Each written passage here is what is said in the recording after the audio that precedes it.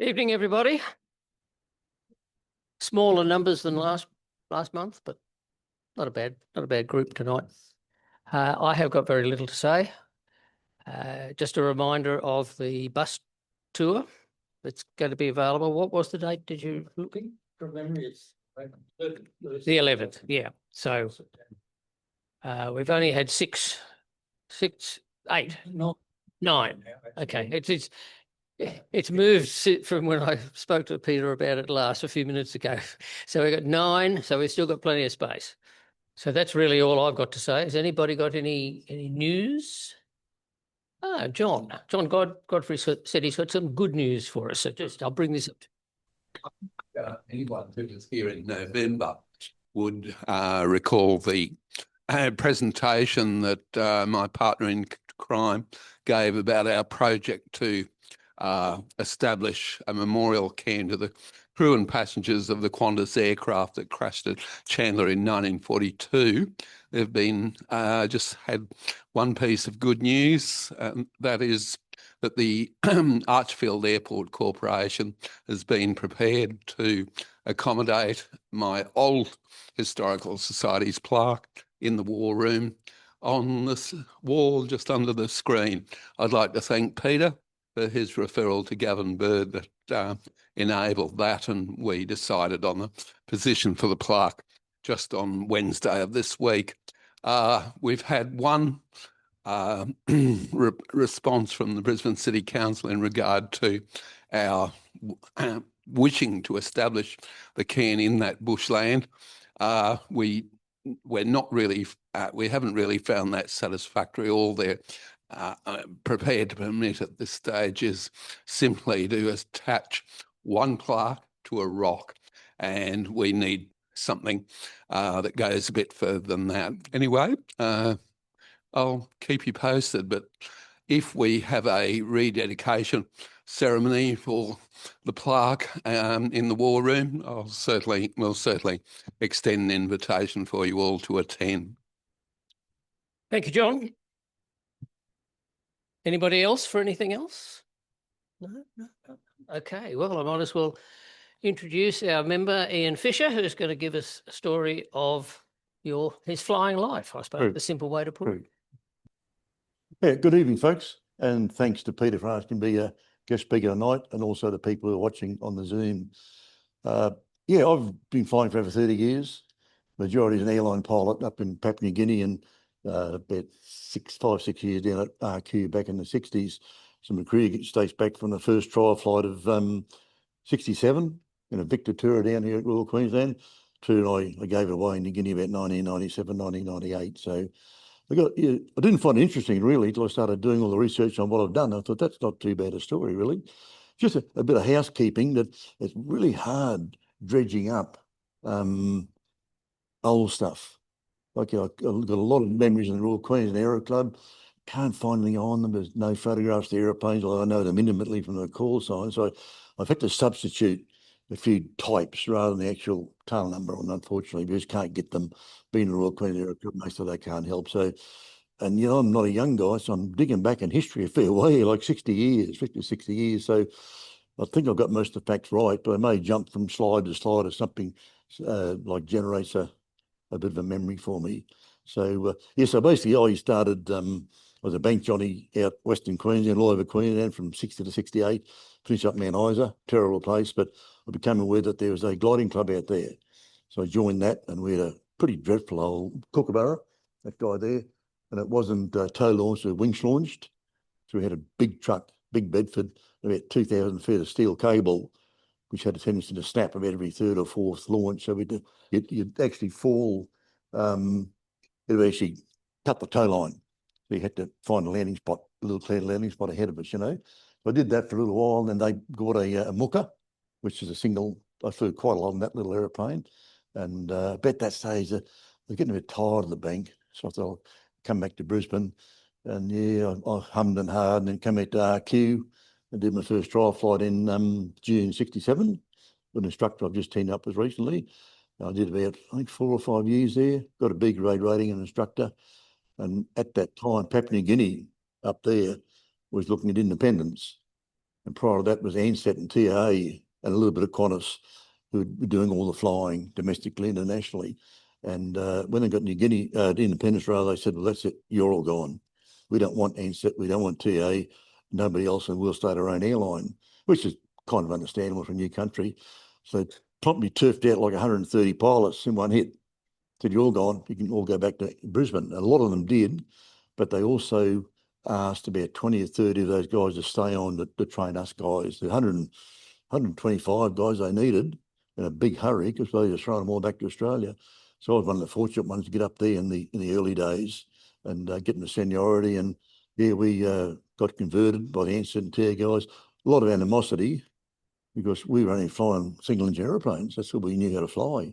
We got the jobs, but these guys are flogging around their DC-3s and the Piaggios and Pigs and all sorts of aircraft up there. But anyway, that kind of settled down. They did a good job and they checked us all out on the DC-3s, et cetera, et cetera, et cetera. And then we sort of moved on from there in fairly good shape, you know. We eventually had about 125 pilots, which is only 35 alive today. So we've lost 90 of the pilots up there in the old days, and many we can't find. That they've gone overseas somewhere, you know. So anyway, moving on. Yeah, so bear with me if I've got to do a bit of backtracking here. That's the Mach we got. That's not the Mach. I've had to substitute aircraft types because I can't find the wretched things we flew. They're just no longer, they're probably a scrap heap somewhere, really. There was a high-speed Mach back in those days. 67 was pretty close, unless I put that there myself. And that's the old Victor Club, or the old Aero Club's aircraft back in the 60 to 68, 67 on period. Little 115 Victor was a great little, still flying after all these years. It's owned by a farmer down in the central New South Wales somewhere. The System 172, that's got RQ, but that's not the one we had. It was a green one called Kilo India Delta. Looks very much like RQL. Yeah, it is. That is my RQL, mate. Still flying, yeah. But I did my first solo. they did. And they were dreadful aeroplanes. They really were, those things. That was the AA5, Grumman, and AA1. They had one speed, take off, stall, cruise, climb, land, one speed. So pretty easy to fly it, but a dreadful airplane. They were just like a big metal shell.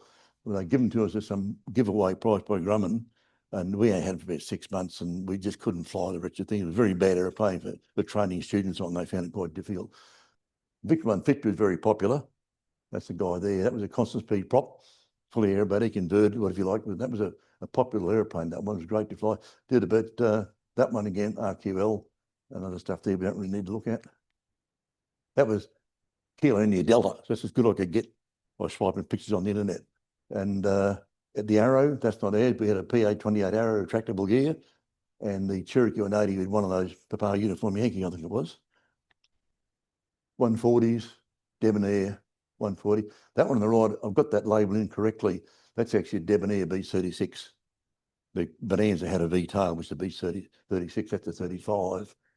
And then moving up to where I finally settled in 73, I went up there to what they call an instant captain, because all the others were being tossed out. They needed captains pretty quickly. So I had the qualifications up to go up there. And I'd only been married a little while. And yeah, we went up there in May 73 with a whole bunch of guys.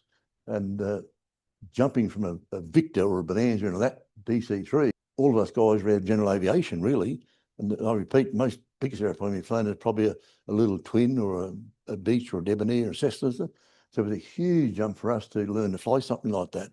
And we went down to Melbourne and did, I think, probably 2 or 3 weeks engineering course, and then came back to Port Moresby, and the Ansett and TA guys endorsed probably about 10 or 12 of us on the DC-3 up there. I mean, it was a great machine, it really was. If I had to pick 2 machines I loved, the DC-3 and the 707, but they're difficult to fly. They weren't easy, and they had a lot of problems with them up there too, getting spare parts. We went for 30 grand each, which is pretty good on the market, you know. They were about $250,000 back then, but Ansett and TA said we could have them for $30,000 each, you know. They're in good condition. And we also had the F-27, which is kind of a delight to fly. And my favourite of all is the 707 2X Qantas, 707 338s. And they had the little pocket rocket, the F-28. I can elaborate a little bit further down the track as I come across them. That was the first of the wide bodies, the A300B4. And that gave us quite a few problems because I had to introduce that into the Pacific, where they had you may have heard ETOPS, extended range twin operations, and it couldn't do it. It couldn't fly over the big mountains on one engine. So we had to work out lots of little escape routes and print up maps for DCA up there, Department of Aviation, and we eventually got it approved. And a magnificent aeroplane. Took a flight engineer, 2 pilots, and it was kind of a strange beast to us, going from a 707 to that guy. That DC-10 was probably the most magnificent creature of an aeroplane I've ever flown. When the time come to dump the 707s, we looked around for replacement aircraft in New Zealand and said, we'll bring the DC-10 up. So I did 4 hours of circuits and it was great fun. I mean, it's an awesome machine. It really is, it's a big, strong, powerful brute of a machine. And yeah, that was great. But I got 4 hour circuits on the thing. That was the A310, on the follow-up after A300. That was 3-man crew. That was 2-man crew. And they dropped in flight engineer.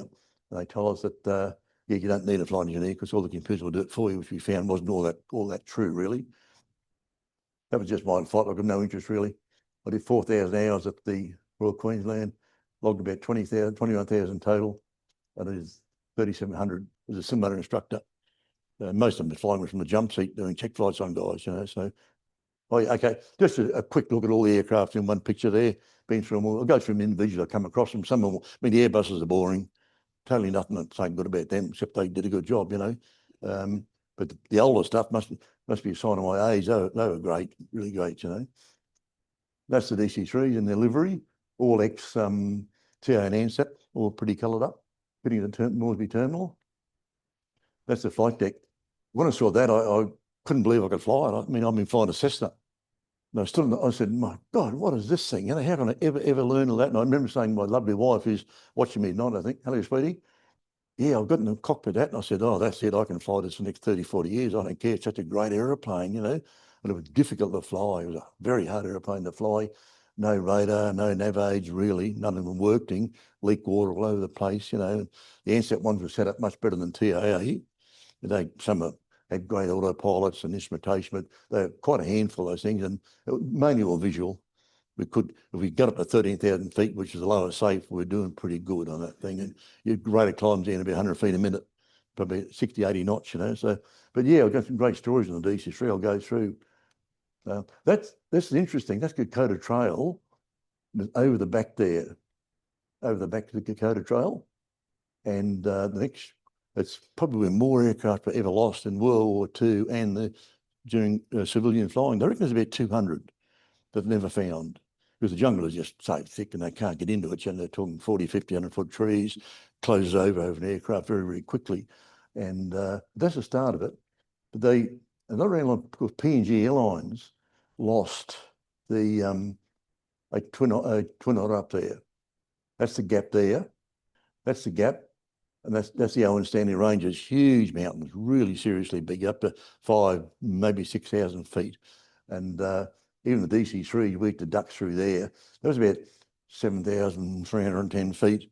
We worked out we could get through a little bit lower, about 6,800, but by then we'd mowing the grass, really, with the DC-3.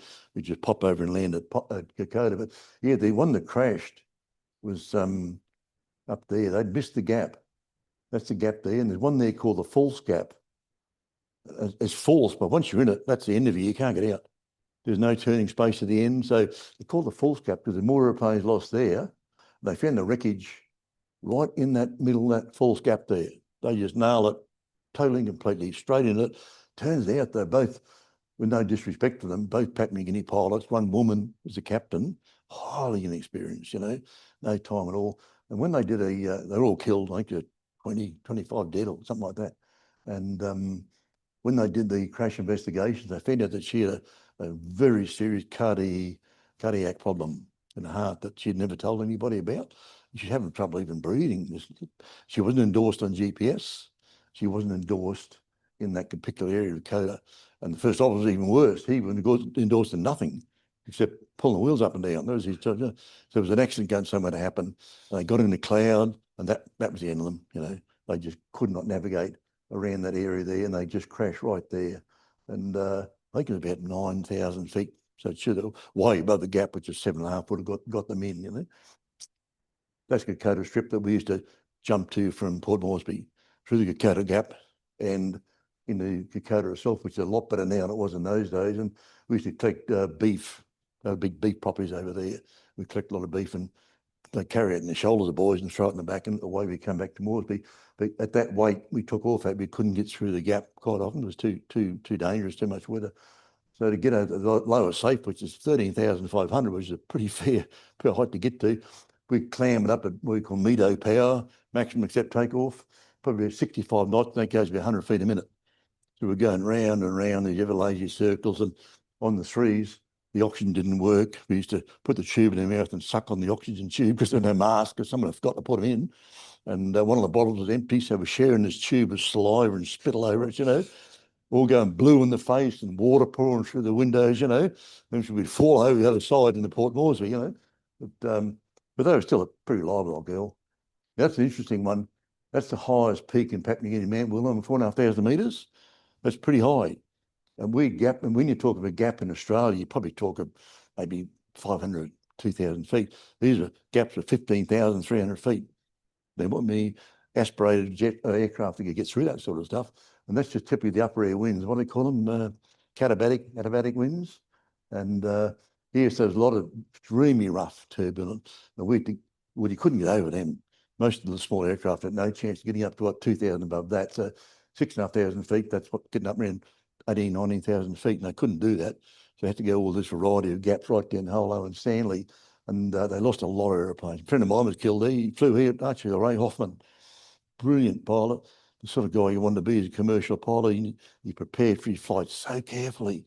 If he had it a week before with his flight planned, his little pockets and he got a job up there with Talair flying a Baron, and he had no experience. He went up to a place called Manhagen in the Western Highlands, and he got lost. He went in the cloud, and that again was the end of him. You know, he could fly IMC a little bit, and he flew in the Bundy Gap, which is 13,500 feet. And that shows you how low it was, and he couldn't get up to that himself. So he unfortunately got killed. And that's it in snow and ice, same one.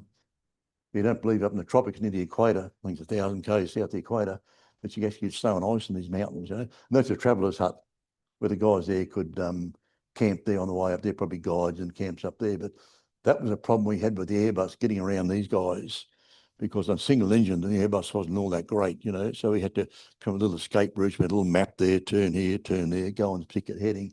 But yeah, that was Mount William, a lot of snow up in it normally. And the old 707, beautiful little airplane to fly. But back in those days, in the 70s, there were no rules, no restrictions. You could do what you wanted to do. Go VFR, IMC, take your pick, it didn't matter.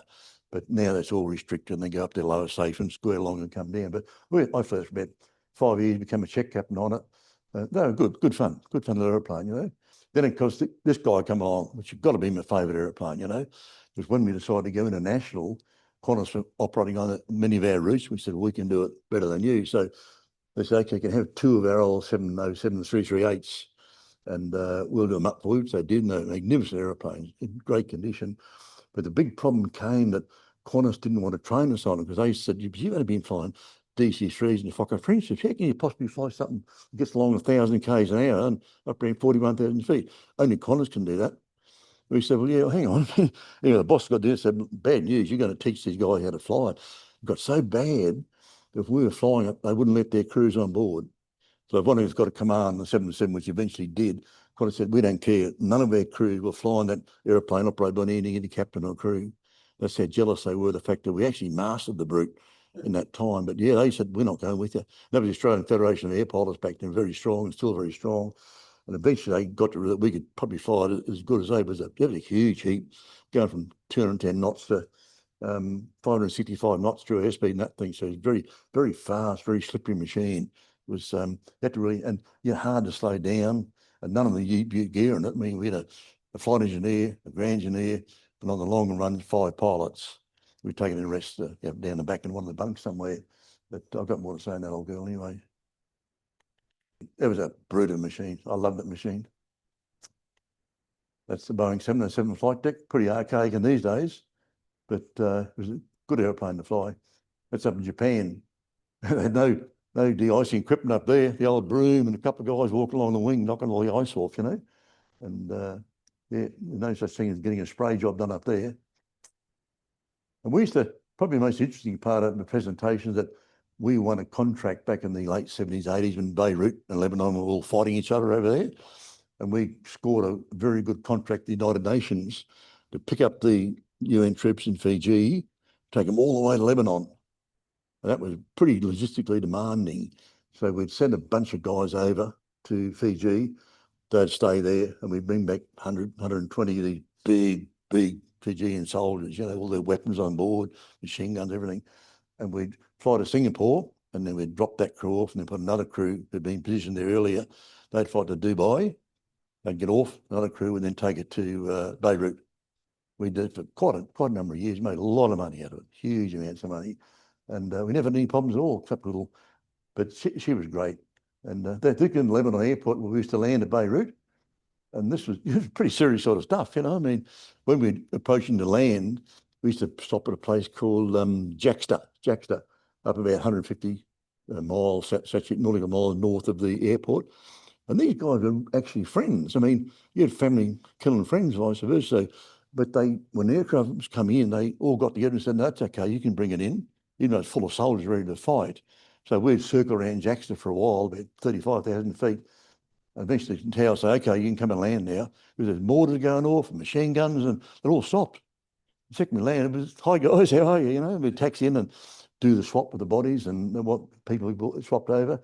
Because it's such a dangerous place at Beirut, we used to skip across the duck pond to Larnaca in Cyprus. Went across there, it was like a 10-minute flight. You had to be pretty swift for the 707, 10 minutes to get there, We stayed the night there, and then a couple of times we had to go into Tel Aviv, which was too, they didn't like us there very much anyway. And that one there's interesting. Up there, is there bullet holes? That's the briefing office in Beirut run by Middle East Airlines. These young guys are absolutely brilliant. They never missed a flight. I mean, there's all sorts of warfare going around, but the other guys didn't attack the aircraft. They weren't going to do that. And never missed a flight. Nice young guys, keen as mustard. And every Middle East airline flight, which is a lot of them, went off on time, on schedule, no problems at all. So there's weird relationship between them and the guys who wanted to kill them, That's the Holiday Inn, which we used to fly past on finals, the runway there, just shelled to pieces, just a shell. That's all you'd find there. And all around the base was all destroyed with mortar fire and artillery and everything. So the whole approach path was just, like you see in Gaza today, just destroyed the whole thing, But, that was that used to be the transport car out the aircraft, the flight plans and that for it.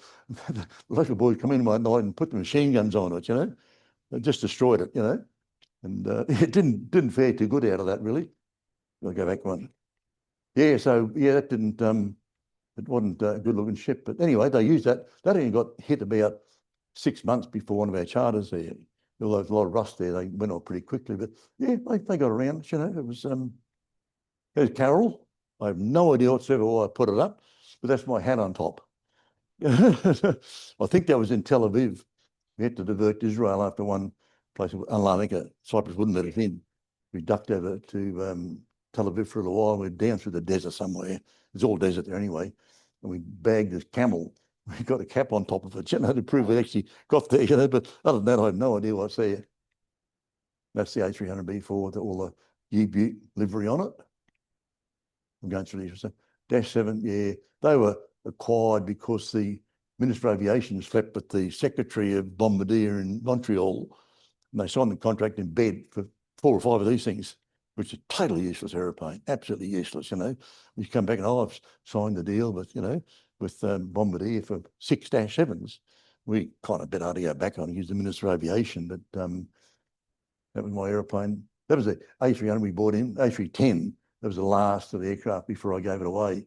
But it was pretty good, a bit more upmarket than the A300. It's twin sister, but less people, a lot more power, and some really good electronic stuff in to play with, It's, and that one there, hard to see. I'll show a couple after. That was most of you might have heard of the dreaded 13 IGS approach from the old Kaitak airport. It was an absolute nightmare. We feared it from the second we got the wheels up. And they get typhoons, which are our cyclones, and it'd come through 70, 80 knots and whirl around all the valleys and buildings. It was an absolute nightmare of an approach. And we used to dread it. That's obviously good weather, and they had a spotter plane take their picture of us. But it was a long run in, probably about, I don't know, 20, 25 miles out. And the turbulence was so bad, particularly in the 707s, you got what they call eyeball bounce. You couldn't read the instruments because your head's going up and down the turbulence, you know, whole airplane shaking and shuddering, including the pilots, you know. And yeah, so you had to be at a very specific point to land. There's this Korean 747 coming around the corner, and he's that's they call a checkerboard. You come from out this way, and unless you're at 400 feet there, you had to go around because you couldn't get in. You couldn't make the turn, and that's the side view of it there. And that was critical, and that often the weather was down around that particular board, you know. So lost a lot of airplanes there. I think 4 or 5 or 6, one lot of fatalities, but most of them went in the water because you had massive crosswind, 30, 40 knots, which is kind of around the maximum limit for most aircraft these days. And, you know, we were really struggling. You know, some days it was great, but when you had bad weather there, you get like a 20-knot tailwind and a 35-knot crosswind. That would quarter around from all sides, so you never really knew what you were doing.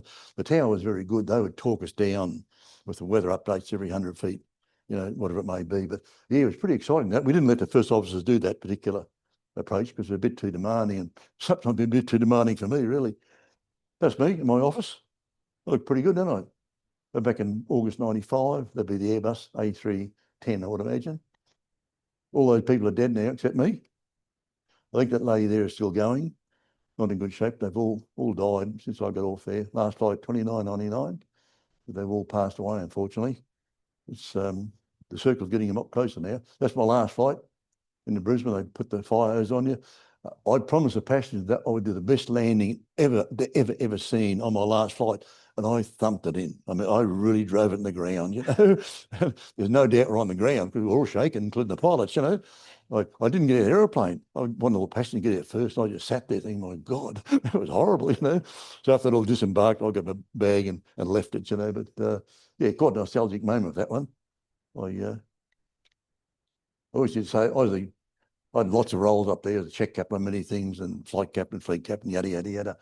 But all the guys said, you know, never take your aircraft anywhere your brain hasn't been 5 minutes before. And that was pretty true. An airplane's skirting along 1,000 k's an hour in bad weather. You just had to have your brain up there. A lot of our pilots kind of run me on the airplane a little bit, you know. And they're, I just want to backtrack and just tell a couple of yarns on some of the aircraft types. I can do it by heart anyway. With the Victor 115 here, which is fully aerobatic, and we used to do a lot of aerobatics in it up in Romeo 452, I think it was. And I think I had a lot of, because back then I was 25, something like that. You're totally bulletproof, invulnerable. You could handle the whole world. And we used to take that up. And I remember we used to do inverted flight. So that meant everything in the floor dropped on the little bubble roof, including the guy's vomit one day. And he threw up in the bubble, sloshing backwards with all the coins and dust and cobwebs and dirt that would go on the floor. I'm sitting thinking, God, how can I roll this back upside the right way without getting it dumped on my lap, you know? I'm sitting, quite a hard problem to solve. I mean, there's only 2 ways you can go. And so anyway, yeah, I sort of had a few practice goes left and right, and I figured out to go, I think his right was the best way, and it didn't at all. Flopped in his lap the whole lot, you know? So it was one, yeah. And you do stupid things back in those days because, you know, I guess you learn from experience, but we used to sit out here over where General Motors used to be and ambush each other, which is pretty stupid and dumb, but we were young and, you know, we did those things back then. And we sit out here and when their mates come in and we'd pounce on him from above, you know, come down, which again, I'm not kind of proud of that, but that's what we did. And I've got the biggest fright of my life because I lost this other guy in the Victor. I couldn't find him. I looked up, I swear to God, I could see all the ripping off the flaperons underneath him, you know, and that taught me a lesson. No more silly stuff like that, you know, because another 5, 6 feet would have been a mid-air collision. So you learn from doing dumb things when you're younger. So with the Bayreuth Charter being more interesting, yeah, we've quite a few problems with those things because we went through a very hostile country, you know, through Indonesia. We carried $50,000 in a satchel in the bag with a operation guy with us, and we had to use that to buy our way out of the airport. Because even though we had an approved flight plan, once you landed, they wouldn't let you out again. And we'd go and see this general covered in braid and all the chaff and that. And he said, "Oh no, can't approve your flight plan from here to Dubai." And we say, "Yeah, well, what would it cost to get out?" And he said, "Oh, maybe $10,000, you know." So we said, "Okay, give me 10,000. Oh, I said, "Stamp it. just been approved. Away you can go, you know. This was right across Indonesia and the Middle East. I mean, they were corrupt. They were so corrupt, these guys, you know. Yeah, so, yeah, in all my flying career, I never had a reportable accident or incident, which is pretty good because I come pretty close sometimes, you know. But this only thing you had in the old 707, we used to do a Port Moresby, we used to do Honolulu run, 10 hours, just all over water from here to Honolulu. And it's a long, like there, but the Boeing was 117,000 kilos and 70,000 in fuel. We had to leave Port Moresby at midnight or 1 o'clock in the morning because it was so hot. And the runway was only 9,000 feet long, but we had to leave in the coolest part of the day. Other side of that, we'd run off down the runway so we'd waddle out with fuel sloshing out of the wings, the vents, the rivet holes, you know, totally chock-a-block with fuel and line up. And, you know, we had to have a headwind that we couldn't take off. And we'd squirt along, usually about 8,000 feet of the runway to get airborne. And on the one particular night, we always left around middle one. We just got airborne about 5,000-10,000 feet out. There's a thump. And the engine, most guys say, all due respect to the lady, what was that? You know, say, oh my dear, what's going on? And you say, what the hell was that, you know? And we had an engineer, wasn't all that swift. They called him Super Chook. And he was a funny guy, an English guy, not a great flight engineer, but he was adequate, you know. But he didn't stand pressure very well, you know. He didn't like that things go wrong. So after bang in the engine, the airplane started to do funny things. I said, geez, Rod, I said, what's gone wrong? And he goes, pointing the number 3 engine. I said, yeah, well, what's wrong, Rod? You're the flight engineer. he could not talk to us. He was so scared of what had happened. Eventually, the first officer came up. He said, we've lost number 3, you know, and that was okay because we're number 3 anyway. Number 3, other than number 3 engine. So my wife was on board that flight, and I think we had to dump. We took about 70,000 kilos of fuel, pounds of fuel, kilos, a lot of fuel. We had to dump the whole lot before we get landing, and we were way over our landing weights. And probably, I guess, 20, 30,000 pounds. We dumped the whole lot in one of the bays up there. When we came back and landed, which was pretty uneventful, the motor was just melted. There's no motor left. It was just a molten ball of disc inside the cell. It was one of the turbine blades that let go, and that just destroys everything downwind of that, you know. So yeah, it was just total, absolute destruction of this airplane. But anyway, we managed and didn't worry us too much. But I think the other biggest fright I just got my command on the 707. My first flight was Kagoshima in Japan down to Port Moresby. I mean, I was kind of trembling. This is my first big trip by myself as a captain. You know, got to get it right. And we had a very good engineer, but up in that particular airport, it's kind of altitude limited. It's 1,000 foot high, and the old Pratt & Whitney J10-9Ds weren't that good at altitude. You could overboost them, like any car, I suppose, really. You'd overboost them where they could damage the engines. And then we did this takeoff. I thought it was going really good. You know, I slid out in a SID departure and heading down towards board. And I think, wow, you've got this gun, you know. He leaned forward. He said, how's it feel? I've done 4 engines. I said, what do you mean number 4? I said, it's running fine, right? And he said, no, all 4, the stuff, a whole lot. So we've got to pull them in Moresby and replace them. I mean, I'd only been married in probably a few years, and I could envision my lovely wife and I with their suitcases in their hand, and my lovely 707 with all the wing engines going to the local dump, pipes, tubes, electrical stuff, all hanging down, waiting for you. And I thought, that's the end of me. I'm gone, you know. Did one flight, I think they'll sack me. Fortunately, halfway back, we passed a Qantas 707. He knew our airplane's kind of back, but I got on the checking engineer called Fred Croft. And I said, geez, Fred, I really damaged your airplane. He said, what have you done? I said, no, I think I've blown all the engines. He said, oh, geez, that's not real good, is it? You know, I said, what did you do? He said, flight engineers are supposed to fiddle the thrust levers for them on takeoff and get them all tuned. And that's not my job. We're trying to fly it. So I said to Rod, I said, geez, mate, I said, that's your job to keep them. You know, you're the captain. He said, not my problem. He said, you got to take the blame for this one. So I contacted Qantas guy, jumping ahead, and he said, I said, don't worry, Qantas modded those engines a couple of years ago, so the overboost didn't actually happen. It was on the dial, but didn't really affect the engines. So it was a big relief for me. I hadn't wrecked this stupid old airplane of Qantas's, you know. But well, back in those days, I mean, training was really different from what it is today. I mean, we're no simulators, not of any great quality. And the 707 simulator in Sydney and Melbourne was pretty ordinary. You know, had none of the UBIC gear they've got today. So back then we used to endorse our new crews on the airplane itself, which these days is kind of unheard of. You just don't do it, you know. And we give them I think 32 hours in the simulator, 8x4 periods in the simulator.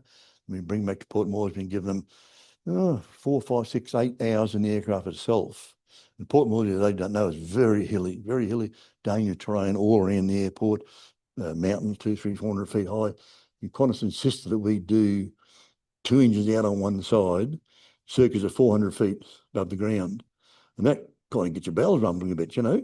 And we said, Jesus, well, I said, you got to do it. That's what Qantas do. Can't you do it? And we sort of rose to the bait and they said, we can do it. But it was really the edge of your seat operation. We'd fail one inboard one, say pick a figure number 3, and the guy would handle that, then crosswind with fail number 4, just put on the throttle back.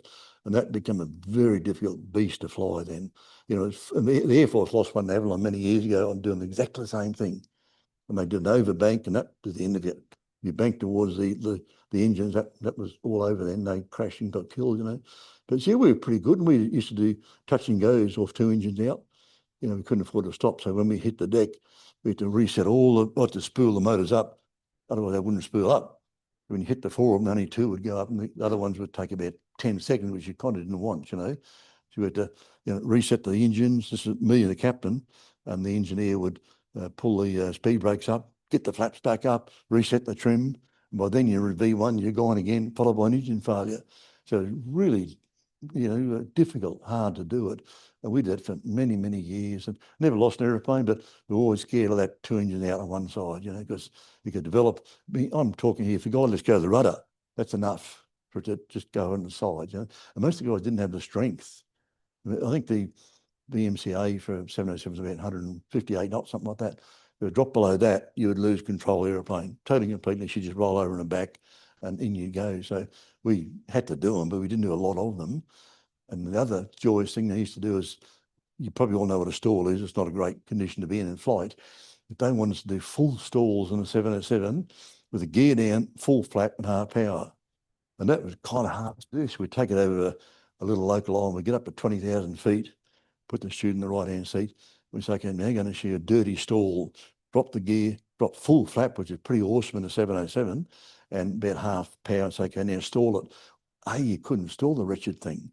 You know, it would shudder and shake and quiver and say, more pressure on the stick, you know. And I'm sitting thinking, God, I hope this doesn't go out of control. And eventually they would stall, but being a big airplane, one wing would stall before the other. So you get into, like the port wing might stall, inner root section would stall before the starboard inner root section. So down she go in a spin, incipient spins went down and down. We lost about 10,000 feet every stall from that. You know, we couldn't get her out before she deeply stalled, and deep stall, and almost like a flat spin, which is really bad. And so we had to get the rudders in and bring a nose straight, put the power back up and pull it back up again. We always did it, but I got a bit jittery sometimes and kept saying to myself, you know, you can do this, you know. And then Qantas elected to say you've got to do Dutch rolls, which you kind of don't hear much about these days. But back in those aircraft, they can get a oscillation you can't control from side to side. And we had rudder boost, they call that, which did keep it straight with the rudder. But they said you got to turn that off. The only protection you had was to turn the rudder boost off, or you couldn't instill the Dutch roll. And once you Dutch roll, engines start going left and right off the wing. They're not stressed, but sideways. If the oscillation got too bad, it would start throwing engines off. They lost quite a few in America, the Dutch roll, and we were told you've got to do it as part of your training. I was pretty terrified, you know, it was much worse than the stall. And we go up there and we do it with all the guys, and yeah, we never, it was just little inputs. You couldn't afford to lift the wing up like that. I was just go away. So a matter of dancing on your rudders and dancing on the ailerons, and eventually you got it back to kind of normal. Once you kicked the yaw down, then she settled down to a real airplane again, you know. But I remember that I did my first check to the line as a captain with a Qantas, and Qantas were ruthless, absolutely ruthless, you know. They hammered us to hell and back that you can't fly them. Qantas is the only one who can fly the airplane, so they gave us hell. They were good, very, very competent people. They gave us hell. I remember I did my final check to the line with the captain was a bit grumpy, and after 2 weeks doing like 10, 15, 20 sectors all over the world, and I finally got back and I was feeling pretty exhausted. As you walk back to the debriefing room, I thought, well, yeah, that wasn't too bad. He did everything he should have done, and he was very quiet, you know. And got in the briefing room. He said, how do you reckon you went? I said, geez, you know, not too bad. He said, might have been a couple of things. I said, generally speaking, I felt like I did okay. He said, no, not enough. He said, not enough Qantas. I said, oh God, what did I miss? He said, your public address was dreadful to the passengers. But I kid you not, he said, the public address was absolutely shocking. It's not becoming of a Qantas captain. So you can't go out and practice on the line doing addresses to the public, you know. So, yeah, so he passed me out, checked me up. He said, got to improve on that here talk and the public address to the people out in the back, you know. We want it Qantas style all the time, you know. So, but yeah, they were good times, but they were very tough, hard teachers, but they were very good. I'll give them that, you know. And getting back to my beloved DC3, well, I'm thinking of anecdotes to tell you. Yeah, DC3, again, I did my training in the left-hand seat. I'd only done 2 trips. I wasn't all that crash hot in this wretched DC3. We found a little coral strip called Losua, Losua, a coral strip just packed down hard with coconut trees all around it. We used to take out a lot of seafood, a lot of lumber, that sort of stuff. We did this one day, and he was flying it. The other guy, the Nancy guy, was flying the airplane. I was just the dog pulling the wheels up and down. And we got all set and we took off, and this thing leapt up there about 60 knots. It's kind of a bit low for DC3 when you get up there. They're about 80, 85 knots, you know. Leapt up in the air and instantly went nose down in the runway. I said, and he said, what? Oh, he said, cargo shift. It's all broken out, the nets, and gone back down the tail of the aeroplane. He said, go and check it. I had a look through the door, and it was all nicely tied down, and no sign of cargo shift. And come back, he said, there's real trouble because the coconut trees are looming up pretty quick in front of us, and 65 knots is kind of slow for a DC3. And I looked down, I'd put the wretched flap lever in full flap landing position, and the flaps in DC3 were pretty big, and we'd taken a full landing flap, which is why she jumped up in the air and then put her nose down along. She went like that, you know. And he said, do not touch anything. And I was kind of terrified anyway. He said, I want you to milk those flaps up bit by bit, you know. We did like 2 degrees. And slowly she got the nose up and away we went. And he never said a word. I'm so proud of him. You know, he knew I'd stuffed up totally and completely, you know. And yeah, but it was quite a fairly interesting operation we had there with those things. But apart from that, very, very little went wrong with those girls. It's with the DC3 radar, we of course had no radar, no good radar. It was pretty horrible sort of stuff, you know, and it was black and white, and you had to do a lot of work on it to make it show returns. And one of our skippers flew into a thunderstorm over Biak, up off the northern coast of Papua New Guinea in Jara. He flew in a bloody thunderstorm. And he went in about 35 and come out at 41,000 feet. The aeroplane just rolling all over the place, you know, because although you don't get dynamic or moving storms up there, you do get a lot of updrafts. So he got caught up in this thing, was going up at a great rate of knots, and he spat out the top at 41,000 feet, you know. He went up about 6,000, 7,000 feet up in the air before he got the thing under control, you know. It's, but one of the other things about in Beirut was the thing is that we did a landing at Dubai. We blew a main gear tyre on landing, which is pretty common. And but we didn't have a spare. I forgot to put the spares on board. So we thought, well, we'll scrounge one somewhere. There's got to be a 707 tyre line in the traps there. So we got out in raw bravado. And next minute, this bus rolls up with a bunch of soldiers with bloody machine guns. That kind of got my attention pretty quick, you know. And, you know, I don't know, you know, come, Captain, come with us, you know. I did, because I was a coward. And they shepherded us into a little building, took the soldiers somewhere else, 120 soldiers fully armed. And they were pretty twitchy about that. And fortunately, managed a local hotel there in Dubai, British, come in and saved us. Saved us is a brutal word. And he put us in the bus, and he knew the guys. He took us back to the hotel. And we drank copious amounts of Forex, which is unusual in the Middle East there, Forex beer. But we stayed there for the next day, and then we scurried off back up towards to Dubai, to what do you call it, Jackster again. Yeah, with the DC3s, the main problem was just simply the fact it was underpowered, grossly underpowered, you know. We couldn't do much at all. And I repeat, like I said before, that we got 1,000 feet a minute, 500 feet a minute in the climb. We were doing pretty good. The outside air temperature is very, very high up there, had no density, etc., etc. And yes, there were big problems there. And the gap was always a worry because the company had this perverse idea of scheduling us through the worst part of the day, both ends. So we get fog up in the highlands in the morning. So that's when they decided to send us in there. In raging storm in the afternoon. That's why they decided to send us back there again. were swapping around a little bit. They didn't do that. So we had major problems with the fog where you couldn't get down, couldn't get into it.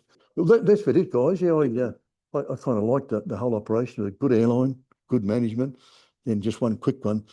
Once we got thrown out, the Nationals moved into the airline, as did the local guys, and they didn't like the fact there weren't no black faces in the seats in the aeroplane. So often up in the office I was in, a little black face would come around the corner. He said, "How are you, Captain Fisher?" I said, "Oh, very good." Yeah.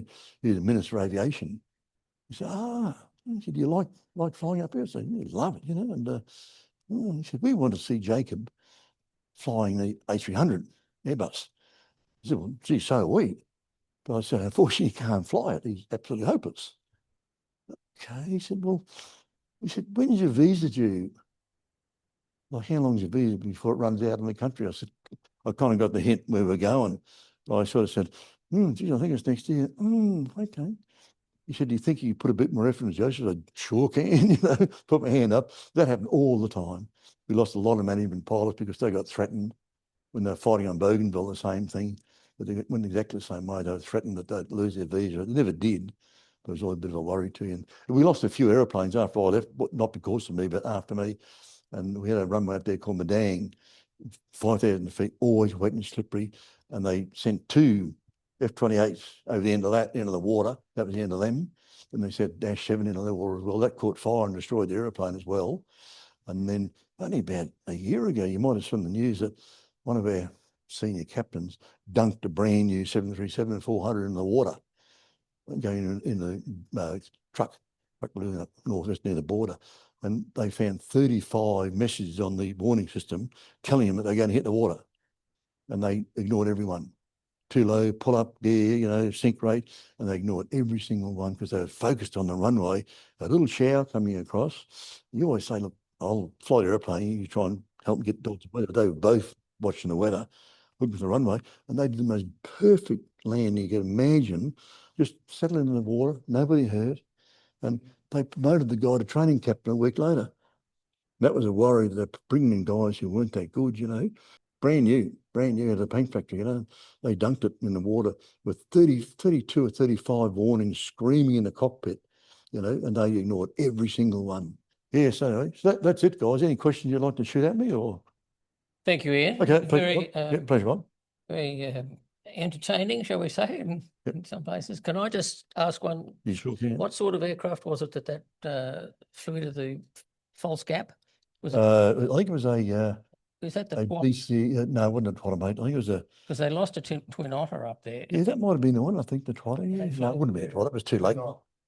It was full of trekkers. Yeah, they had trackers there. There's 36 on board. I think they were killed. Yeah, well, everyone was killed. Ian, what was so bad about the DH7? It just wasn't good, mate, for cargo speed. Couldn't handle short strips that well. It was a style aircraft. Short strips taken name, but yeah, it just didn't fit. It did not fit. Engine's power to weight ratio should have been good. No, I mean, we tried it and we kept them for a long time, kept them for many years because the aviation department said you're going to keep them whether you like it or not, But now they're replacing with Dash 8s, which are probably okay. They're not. Now they're replacing the whole fleet with A220s. Yeah. And we're a bit worried that they stop expatriate pilots going on to them. Said, "No, we're going to be all nationals." And they're a pretty sophisticated piece of equipment, the A220. They said, "No, we're going to keep all your expatriates on the old stuff." And so everyone's a bit worried how they'll handle 12 new A20s coming online every few months up there, and 2 new 737s and a Dreamliner, 777 Dreamliner coming as well. I think they'll probably make can that one. But yeah, that's a big worry for us old guys, that how, not being derogatory to them, some are very, very good. But yeah, certainly got people thinking a little bit, So it just didn't fit, mate. Like you buy a truck and it doesn't work, So that's all. I've never flown an Air New Guinea aircraft. I've been to New Guinea, but that was when they were wet leasing. That was 757s from. 757 from Iceland. That was the oldest 757 in the world. Yeah, it's like 55 years old or something. I went up there and back again in that one. Yeah. Ian, I did a bit of training in the Victor 100 and 115. I didn't realise that there was ever a 150 Yep, made. yep, they come out later. They're probably the last Was they that built. about the time they went over to New Zealand? Yeah, they converted to some sort of trainer for the RAF over there, I think is a trainer, which was pretty good. Yeah. Good little aeroplane. I But reckon it yeah, that was just a delight to fly, because with the 100s and 115s, you couldn't do loops or anything. We had to dive down and come up and do rolls and all that crazy stuff, you know. But Yeah, I had a similar experience with doing aerobatics in the 115. yeah, In that it hadn't been cleaned out properly from yeah, the previous trip, and we tipped it upside down and yeah. covered in all sorts 20-cent pieces and Oh, coin oh. and bits of old rubbish, you know, all come down your head, you know. of dreadful Yeah, experience. yeah. I did That's all, guys. I did a windshield flight, aerobatic flight, and a 50-cent coin came out when we were inverted, and the two of us were fighting over the 50-cent coin. It was just hanging there, and we were both grabbing at it. Yeah. I lost. Anybody else? Okay, online questions, please. I believe there's at least one there. What's your Yeah. Hey guys, how are you? Go, Justin. How are you, mate? That's my son. My little son. Good. Hey there. That was fantastic. So a quick question, Dad. What was your most favorite aircraft, the A310 or the 707? Oh, 707, mate, by a long shot. Why is that? Well, it was difficult to fly. You know, you had a flight engineer, a navigator, and 3 pilots, and you could achieve a real lot by working on it, altitude-wise, speed-wise. So you might do a long trip and come out being 6,000 pounds of fuel ahead. So you get a bit of job satisfaction there. When it comes to Airbus, you couldn't touch them. They were just untouchable. You know, but if you did something, the computer would say, no, smack your hand, that's wrong, I can do it better. And most times they were right. And the rest of things landed better than we did, you know. Yeah, so 707, mate. Okay, no, I thought so. Yeah. That it? You done? That's it, I'm done. Yeah, thank you. Okay, mate. Catch ya. I've got lost track there, I was saying. Okay, I'm done. Thanks, Peter. Anyone else? Oh, amazing. What else online? Nope. Okay. Well, thank you, everybody. We'll close it down. Thank you, guys. Thank you.